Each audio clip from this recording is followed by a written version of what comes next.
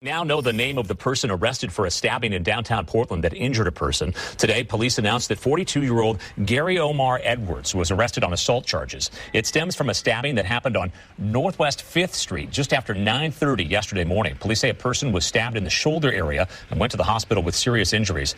Edwards was arrested by the Central Bike Squad. There's no word on the stabbing victim's condition. So what I played for you to open this particular story is a standard news segment about a local crime. This one happened to take place in the city of Portland, and the story of this particular crime is pretty simple, but it goes as follows. You have a man called Gary Edwards. He's 42, he's homeless, he has a long history of criminal activity, and he decided to walk up to another individual who was waiting at a light rail stop in the city of Portland with a knife in hand. He got into an altercation with that individual and then stabbed him, again, all on CCTV camera for the world to see, and then he was promptly arrested and put on trial for assault with a weapon, or whatever the city of Portland decided that he should be charged with. But interestingly enough, this particular story is already resolved. The jury has already brought in their verdict, and for whatever reason, and I'm going to explain to you the exact reason, the Portland jury decided that this man, a black man who walked up with a knife and stabbed a white man,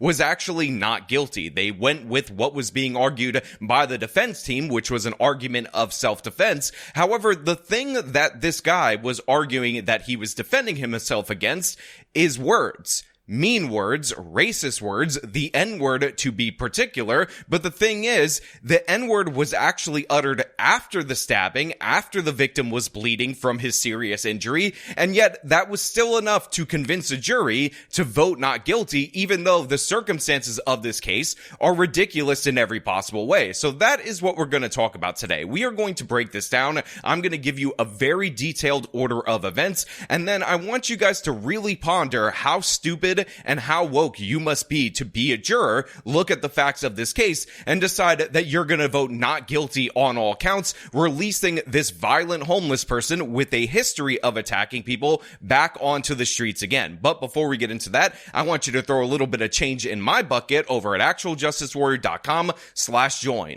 Give me the money. Give me the money.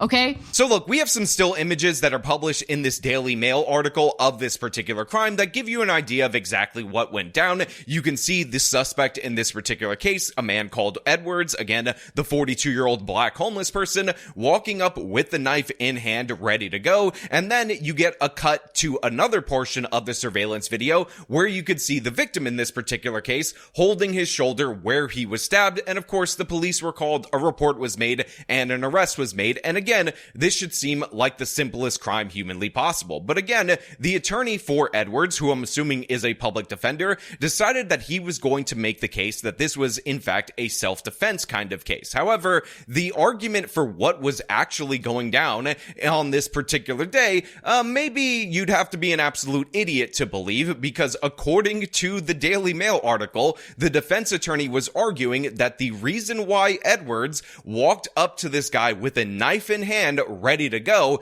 is that he actually wanted to trade the knife with him for cigarettes. And again, I'm not kidding. Edwards, who is homeless and has a previous assault conviction, more on that just a little later, admitted to knifing the victim, Gregory Howard Jr., but claimed it was in self-defense because the other man called him the N-word. According to Oregon Live, security cameras with no audio captured Edwards with a fixed knife blade in hand approaching Howard as he sat on the bench. Howard immediately jumped and pushed Edwards, then the two scuffled until Edwards stabbed Howard in the shoulder. Edwards' defense attorney, Daniel Small, reportedly told the jury that his client was approaching Howard to see if he would trade his knife for cigarettes. He then said, what other than racism could explain why Mr. Howard perceived hatred, animosity, and aggression from a complete stranger, according to Small. So to be clear, on this channel, we do not go after defense attorneys because in reality, everybody is entitled to a good defense.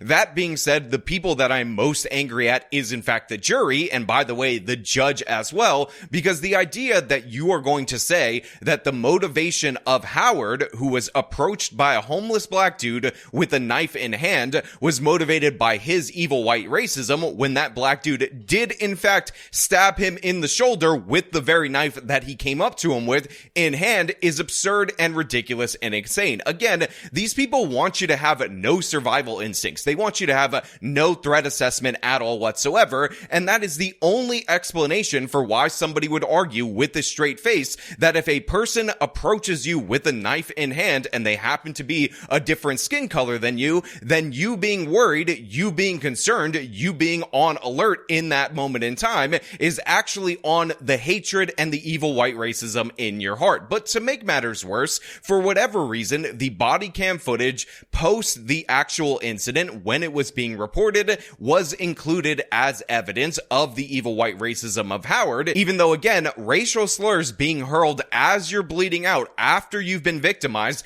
after you were targeted on the streets, in no way, shape, or form are justification for something that happened prior to that. In addition to that, and I know this should be obvious to everybody out there in the audience, words should not be a justification unless they're actually fighting words, something that actually implies some physical harm will come to you based on whatever is being said, as a justification for deadly force. I mean, how many cases have we broken down on this channel where there's physical force, a physical fight, and somebody escalates to deadly force, and even though they were being punched in the face, that escalation is totally unwarranted and not protected under self-defense law. However, in this particular case, we are supposed to believe that allegedly the N-word being hurled either before or after, even though in this case they only proved that it was hurled after, is somehow a retroactive justification to try to murder somebody at a light rail bus stop in the city of Portland. It makes no sense at all whatsoever. And again, based on the other evidence that should have been made available to the jury,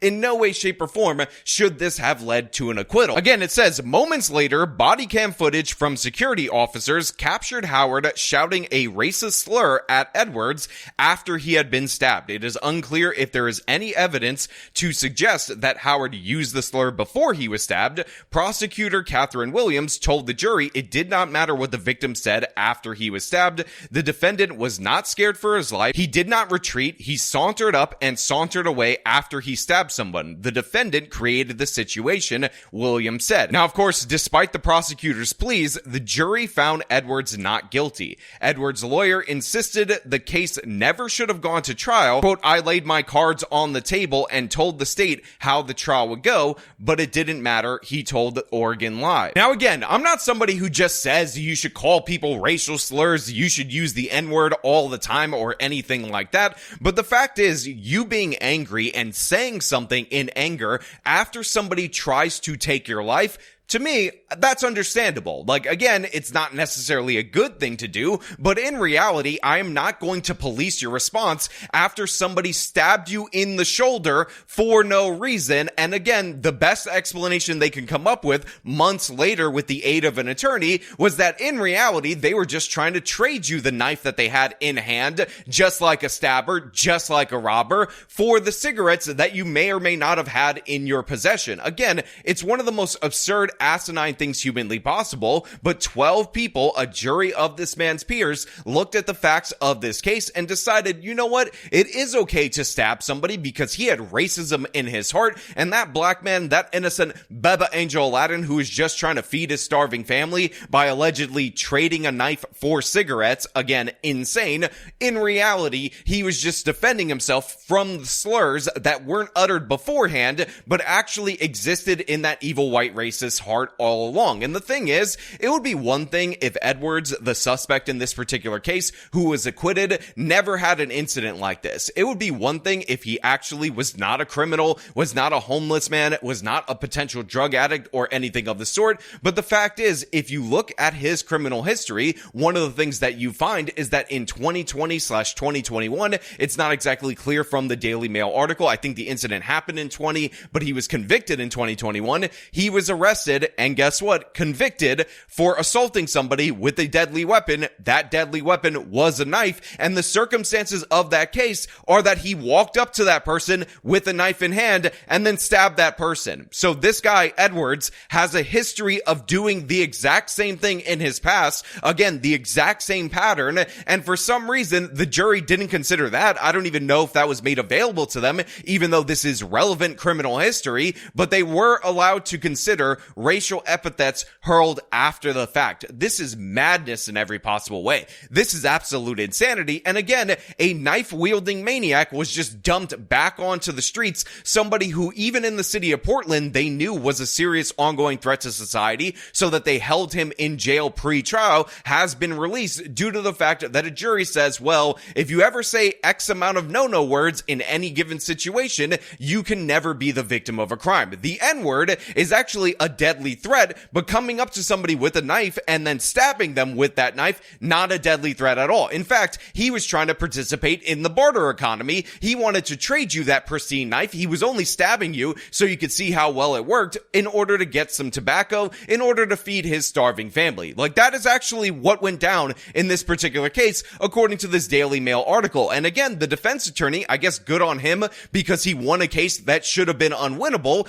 is bragging about it. He's celebrating it, while the prosecutor looks like an absolute idiot because they weren't able to overcome the words are violence and a deadly threat to me because they hurt my feelings defense. Like, that actually worked, again, in Portland, where the left wing are just running wild. Now, by the way, also in Edwards' history is that he was accused of assault on a shop clerk in the city of Portland, and somehow that case was dismissed because he could not get a public defender, even though, again, a public defender is supposed to be given to you if you cannot afford an attorney, but for whatever reason in that particular case, since he was not able to get one, they just released him onto the streets, and this is a long pattern, again, as we've seen across this country in many liberal cities, of criminals getting free pass after free pass after free pass. And I will just point out, it is only a matter of time before this guy who has a history of stabbing people for no reason ends up murdering somebody, and that is going to be on the Portland jury. That is going to be on the city